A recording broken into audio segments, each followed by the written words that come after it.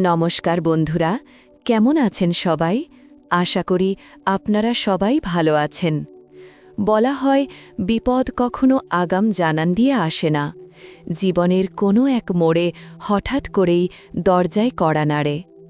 মীরার জীবনও তেমনই এক সন্ধ্যায় ওলটপালট হয়ে গেল, যখন তার স্বামী বিক্রম, যিনি ছিল পরিবারের একমাত্র ভরসা, এক ভয়াবহ দুর্ঘটনায় প্রাণ হারাল। ধোঁয়াটে রাস্তা আর দ্রুত গতির সেই সন্ধ্যা মীরার ঘর বাড়ি, শান্তি আর ভবিষ্যৎ সব কিছুই ভেঙে চুরমার করে দিল। মায়ের বাড়িতেও তেমন কোনো সাহায্য মিলল না। বোনের চোখে ছিল চিন্তা, কিন্তু কথাগুলো ছিল কঠোর। আমরাও নিজের লড়াইয়ে আছি দিদি, এখন নিজের পথ নিজেকেই খুঁজতে হবে। শ্বশুরবাড়ির লোকজন তো আরও কঠোর হয়ে গেল। তরুণী বিধবা নিয়ে অপমান অপবাদ ছড়ানোর ভয় দেখিয়ে তারা মীরার সামনে দরজা বন্ধ করে দিল। মীরা এক কোণে সংকুচিত হয়ে রইল। কাঁদতে ইচ্ছে করছিল, কিন্তু কাঁদলে কিছু বদলাবে না, এ কথাটা সে ভালোভাবেই জানত। ভেতর থেকে একটা কণ্ঠস্বর তাকে বলছিল, ভেঙে পড়লে চলবে না, উঠে দাঁড়াতে হবে, নিজের জীবন নিজের হাতেই গড়তে হবে। সেই রাতেই মীরা সিদ্ধান্ত নিল বিক্রমের অসমাপ্ত স্বপ্নগুলোকে সে পূরণ করবে। সেই ছোট্ট কিরানা দোকানের স্বপ্ন, যা নিয়ে বিক্রম প্রায়ই কথা বলত। মীরা ভাবল, বিক্রম বেঁচে থাকলে আজকেই ওই পরামর্শটাই দিত। এখন সে একা, তবে চোখে ছিল দৃঢ় সংকল্প। বাড়িতে থাকা সামান্য জিনিসপত্র জোগাড় করল, একটা ডিব্বা, একটা পুরনো দাড়িপাল্লা আর একটা নোটবুক। ঠিক করল প্রধান বাজারের রাস্তার ধারে বসবে, যেখানে প্রতিদিন শত শত লোক যাতায়াত করে, দূরযাত্রার মানুষ, রিকশাওয়ালা আর শহরের ব্যস্ততায় ক্লান্ত পথিক। প্রথম দিনটা খুবই তিক্ত ছিল। মানুষ শুধু তাকিয়ে চলে যাচ্ছিল, কেউ কেউ ব্যঙ্গ করছিল। এক দোকানদার তো নোংরা কথা বলে চলে গেল। ভয় আর লজ্জায় মীরার হাত কাঁপছিল, ডিব্বা হাত থেকে প্রায় পড়ে যাচ্ছিল। সে দেয়ালের পাশে বসে হাউমাউ করে কাঁদতে লাগল। শুধু ক্লান্তি নয়, সমাজের কটূক্তির ব্যথায় তাকে বিদ্ধ করছিল। কি, পরিশ্রম করাও কি আজকাল অপরাধ? নিজেকেই প্রশ্ন করছিল সে। সেই সন্ধ্যায় তার জীবনে আলো দেখা দিল। ভাগ্য, কপাল, নয়তো ঈশ্বরের দয়া, যাই বলুন না কেন, সেই আলো ছিল অর্জুন। লম্বা দেহ, ক্লান্ত মুখ, কিন্তু চোখে সত্যতার দীপ্তি। সে কোনো দ্বিধা না করেই সামান্য জিনিসপত্র কিনল, দাম দিল এবং চলে যাওয়ার আগে বলল, কষ্টে থাকা মানুষকে পৃথিবী যা খুশি বলুক, কিন্তু ঈশ্বর তাদের কথা শোনেন। তার এই সামান্য হাসি মীরার ভিতরে নতুন শক্তি ঢেলে দিল। পরদিন সকালেই মীরা আবার দোকান সাজাল। এবার তার ভেতরে জন্ম নিয়েছিল ক্ষুদ্র এক আশা। সীমিত জিনিস নিয়েও কাজ বাড়াতে লাগল। সকালে বাজারে গিয়ে সস্তায় মাল আনত। কম পুঁজিতে কিভাবে লাভ করা যায়, কিভাবে জিনিস সুন্দরভাবে রাখা উচিত, সব শিখে নিল। মানুষের কাছে ঘরের মতো বিশ্বাস এনে দেবার চেষ্টা করল। ধীরে ধীরে রাস্তার ধারে তার দোকানের কথা ছড়িয়ে পড়তে লাগল। প্রতিদিন কয়েকজন করে আসতে লাগল। আসল পরিবর্তনটা এলো যখন অর্জুন তার বন্ধুদের সঙ্গে নিয়ে এসে বলল, কাল থেকে বেশি স্টক রাখো, একটা স্টলও আমি ব্যবস্থা করে দেব। মীরার মনে ভয় আর কৃতজ্ঞতা দুইই এলো। কাউকে বিশ্বাস করা ঝুঁকিপূর্ণ, কিন্তু সাহায্য এক ধরনের আশীর্বাদ। তারা স্থায়ী স্টল বসানো শুরু করল। অর্জুন তার বন্ধুদের বলল মীরার পাশে দাঁড়াতে, একটু একটু করে কেনাকাটা করতে, অন্যদেরও বলতে যে তার জিনিস ভালো। মানুষ তার জিনিসের প্রশংসা করতে লাগল।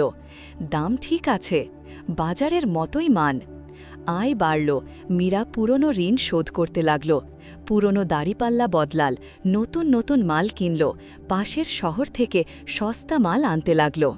কিন্তু সমাজের বিষাক্ত কথা থামার নয়। কেউ বলল, রাস্তার ধারে মেয়ে মানুষ বসে বিক্রি করলে ইজ্জত কমে। এই হাওয়া ছড়াতে শুরু করল। শ্বশুরবাড়ির লোকজন আর কিছু ঈর্ষান্বিত মানুষ মিলে ষড়যন্ত্র করল। একদিন স্টলের কাছে কিছু লোক হাঙ্গামা করল। মীরার বিরুদ্ধে মিথ্যে অভিযোগ ছড়াল। শ্বশুরবাড়ির লোকজন এলো, স্টল উল্টে দিল, জিনিসপত্র নষ্ট করল। থানায় অভিযোগ করল মীরা সন্দেহজনক। পুলিশ প্রথমে পাত্তা দিল না, কিন্তু সমাজের চোখ রাঙানি মীরাকে ঘিরে ফেলল। দুদিন বন্ধ ঘরে কান্না করল, নিজের শক্তি খুঁজল। তৃতীয় দিনে আবার ফাঁকা স্টল নিয়ে বসে পড়ল। তার চোখে সাহস আর সহ্য শক্তির আভা।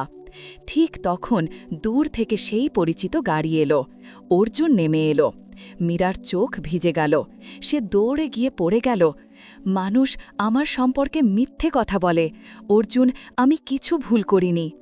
অর্জুন চুপচাপ স্টল গুছিয়ে নিল।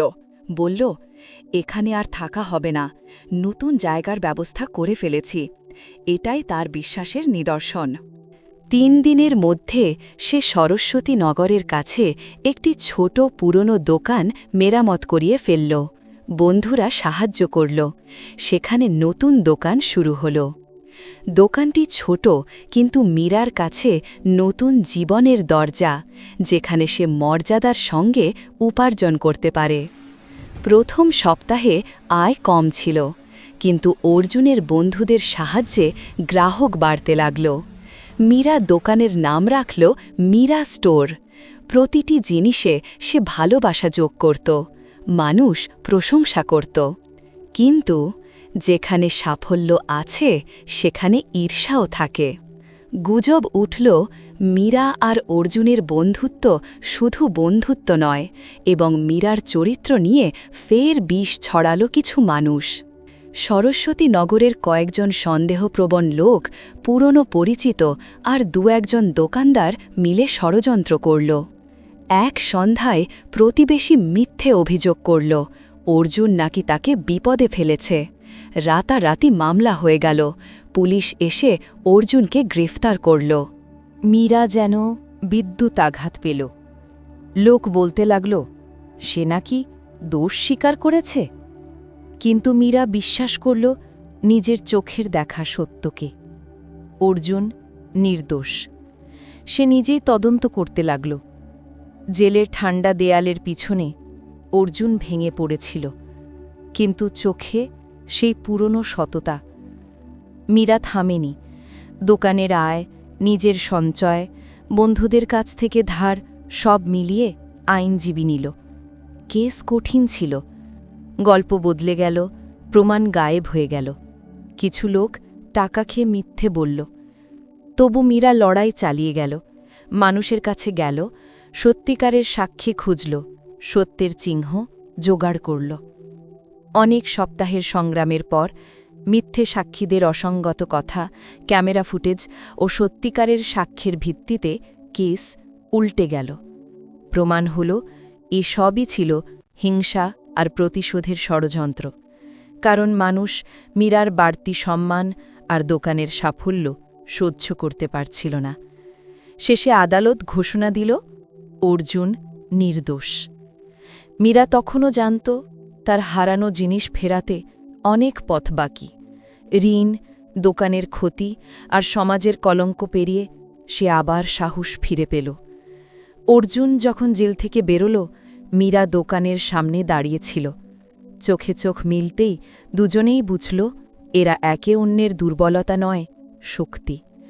অর্জুনের মুক্তির পর দোকানে নতুন সকাল এলো।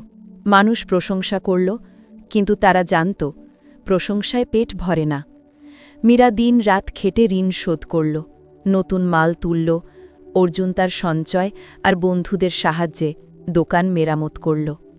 তাদের সম্পর্ক বদলে গেল বন্ধুত্বের চেয়েও গভীর বিশ্বাস।